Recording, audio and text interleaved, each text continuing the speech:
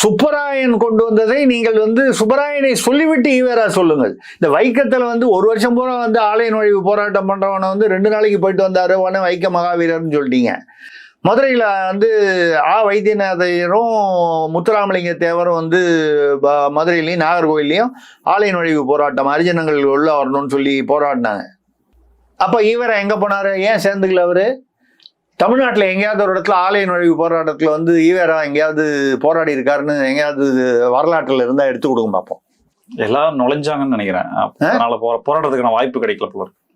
ஐயா, அதை பத்தி பேசியிருக்காரான்னு எடுத்து கொடுங்க. விடுதலையில இல்ல குடியரசுல அதை பாராட்டி பேசியிருக்காரா? வைத்தியநாத ஐயரும் முத்துராமலிங்க தேவரும் ஆலய நுழைவு போராட்டம் ஹரிஜனங்களை உள்ள விடாம தடுத்தால் அது சட்டப்படி குற்றம் அப்படின்னு கொண்டு வந்தது யார் தெரியுமா?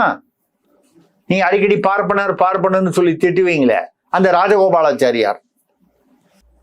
ஹரிஜனங்களை கோயிலுக்குள்ள விடலைன்னா அது குற்றம், அது சட்டப்படி கிரிமினல் குற்றம் அப்படின்னு கொண்டு வந்தது யாரு? ராஜாஜி. அப்ப அவர் வைஸ்ராயா இருந்தார். வைஸ்ராய்னா அதான் கவர்னர் அந்த போஸ்ட்ல.